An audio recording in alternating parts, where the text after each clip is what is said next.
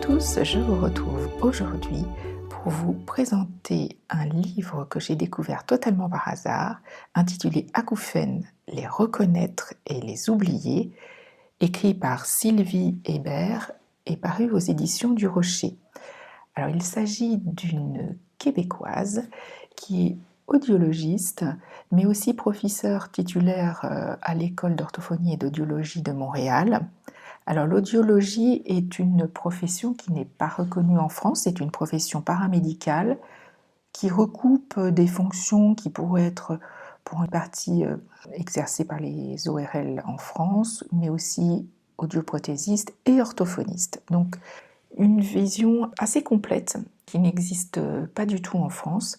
L'auteur, Sylvie Hébert, indique que lorsqu'on a des acouphènes, nous devons faire le deuil du silence. C'est une maladie qui est chronique pour la majorité d'entre nous et que beaucoup de personnes acouphéniques ressentent une sensation d'abandon et qu'il faut du temps pour arriver au phénomène d'habituation dont nous avons déjà parlé. Elle retrace l'histoire de la gestion des acouphènes.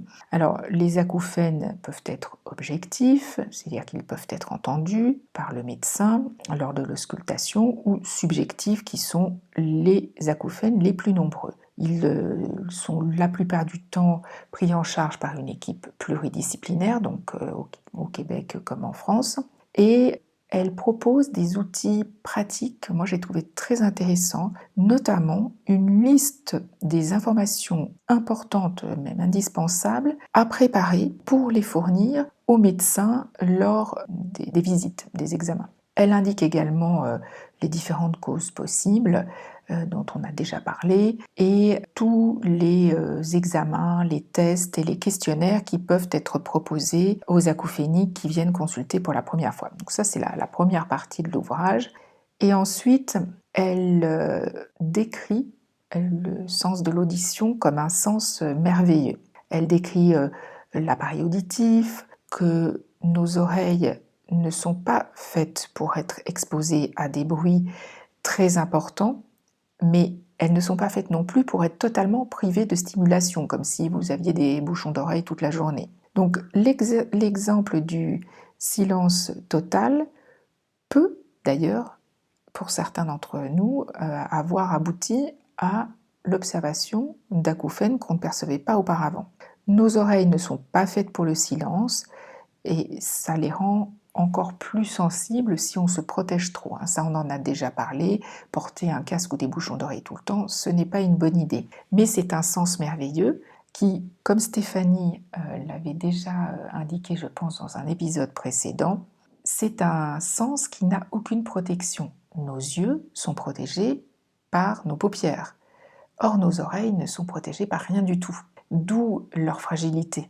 Donc ça, c'est assez intéressant. Et ce que j'ai trouvé aussi vraiment très bien fait dans ce livre, c'est qu'il est destiné au grand public. Il est extrêmement facile à lire et je trouve qu'il est intéressant pour les acouphéniques, mais aussi pour leur entourage qui parfois ne comprend pas bien ce que nous vivons et a du mal à, ce qui est tout à fait normal, à imaginer ce que nous ressentons. Grâce à ce livre, la lecture de ce livre peut permettre à l'entourage de mieux comprendre ce qui se passe quand on est acouphénique. Donc ça, je trouve ça intéressant.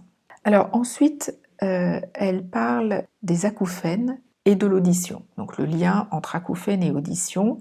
Elle décrit ce que sont les acouphènes qui sont devenus chroniques ou des acouphènes intermittents qui vont, qui viennent, les acouphènes dans une oreille, dans deux oreilles, dans toute la tête, toujours à chaque fois avec des exemples.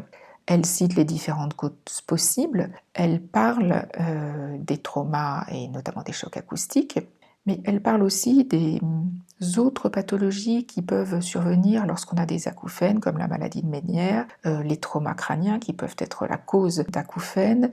Elle cite quelque chose que moi je vois beaucoup avec mes clients, le problème de l'articulation temporomandibulaire, l'ATM, la mâchoire supérieure et la mâchoire inférieure qui est immobile. Et elles se rejoignent donc au niveau de cette articulation. Si vous mettez vos doigts au niveau de cette articulation, vous sentez un petit creux et c'est à 2 cm de votre oreille, donc extrêmement proche.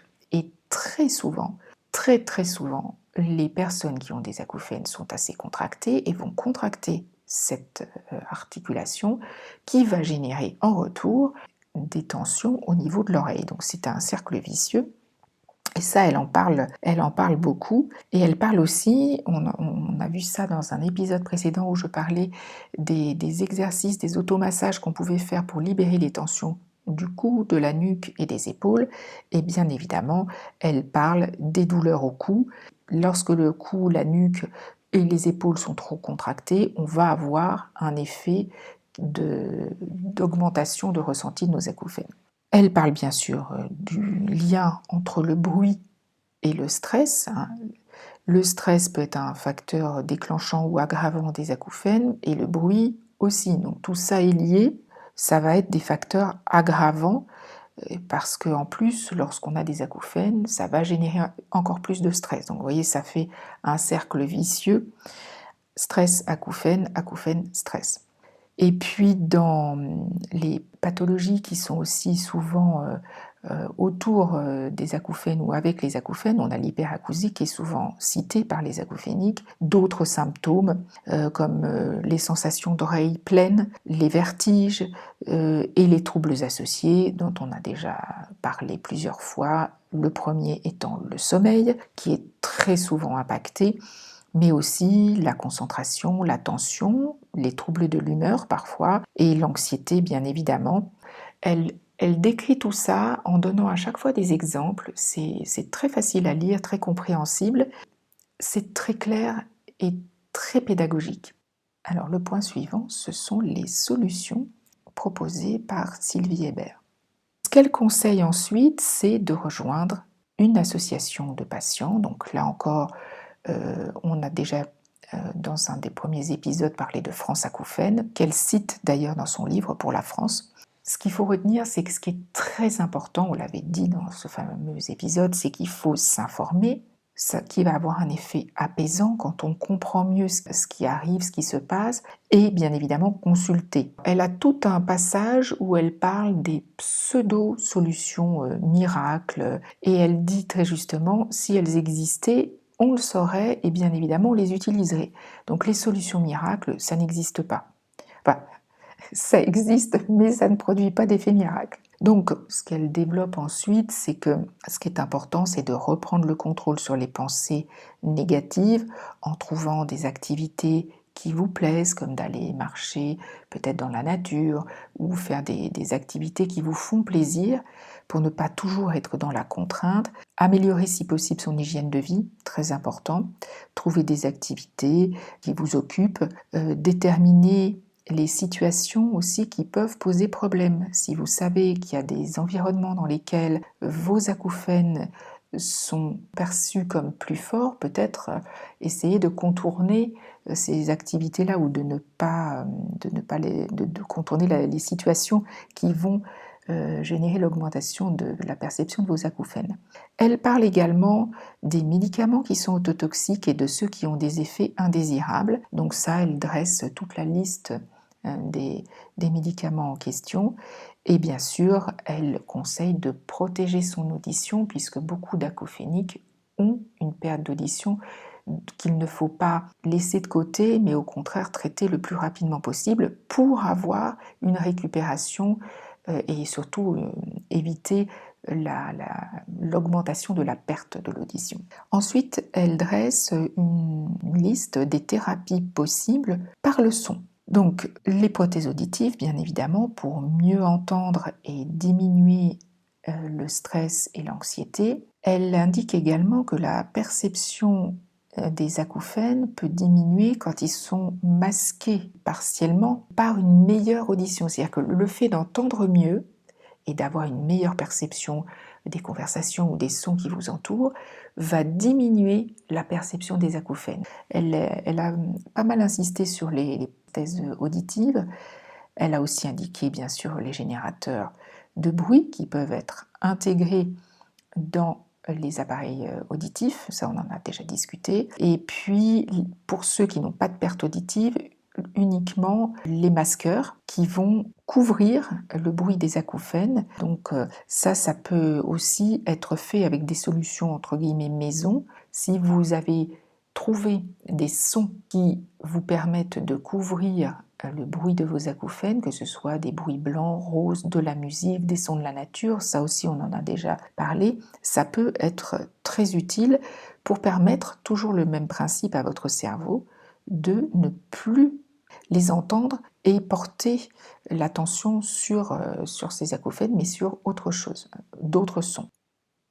Puis après les thérapies par le son, l'auteur évoque les thérapies qui entraînent une réaction. Alors, au départ, je me suis demandé ce que voulait dire ce titre. En fait, elle donne la liste des différentes thérapies, comme la TRT, la rééducation qui va faciliter le processus d'habituation. C'est une méthode qui avait été développée dans les années 90 déjà par Jastreboff et Hazel. Le Tinnitus Retraining Therapy, TRT. Le counseling, c'est tout ce qui est l'information ciblée sur l'audition et les acouphènes qui va être transmise par les différents professionnels de santé, que ce soit l'ORL, l'audioprothésiste, le médecin généraliste parfois. À partir du moment où on comprend mieux ce qui se passe, il y a déjà une étape de franchie. On a moins peur. Quand les acouphènes surviennent, souvent, les gens sont complètement terrorisés d'entendre ces bruits et de ne pas savoir ce qui leur arrive. Lorsqu'on reçoit des conseils, des explications, déjà la perception s'apaise un peu. Ensuite, on peut avoir, et ça on avait eu le très beau témoignage d'Olivia Moatti, qui est psychologue et qui fait partie de la FREPA sur les TCC, les thérapies comportementales et cognitives. Tout ce qui est relaxation, méditation, respiration, amélioration de la qualité du sommeil bien sûr, et gestion du stress, tout ça sont des thérapies qui vont pouvoir générer des réactions positives pour les personnes qui souffrent d'acouphènes. Et puis, en conclusion, elle indique que ce qu'il faut, c'est parler des acouphènes de façon à ce que les gens soient informés, diffuser l'information, augmenter la prise en charge. Il existe des solutions alors qui n'ont pas tous les mêmes effets et qui n'ont pas les mêmes effets chez tous les acouphéniques. Et ce qu'elle souhaite beaucoup, c'est qu'il y ait un financement augmenté de la recherche parce qu'il y a tellement de personnes dans le monde qui sont concernées par les acouphènes et qui souffrent d'acouphènes que ça passera par les découvertes qui seront faites par les chercheurs. Donc je vous recommande, si vous pouvez, le trouver en bibliothèque ou sur les sites de vente d'occasion ou chez votre libraire. J'ai trouvé ce livre vraiment intéressant. Je n'ai bien sûr aucune action dans cet ouvrage, mais j'ai trouvé que l'auteur Sylvie Hébert présentait ça de façon très très claire, avec le même état d'esprit que nous, c'est-à-dire avec toujours une idée de trouver et de proposer, puisque c'est son métier, des solutions. Il y en a de plus en plus, et c'est intéressant en le lisant de voir tout ce qui existe et de pouvoir éventuellement le faire partager à vos proches qui ne comprennent peut-être pas exactement ce que vous ressentez. Merci d'avoir partagé avec moi cet épisode. N'hésitez pas à écouter des épisodes que vous n'auriez pas eu le temps d'écouter auparavant et bien sûr de vous abonner à notre podcast sur les plateformes de podcast ou sur YouTube. Et je vous retrouverai avec grand plaisir la semaine prochaine pour un nouvel épisode. À très vite.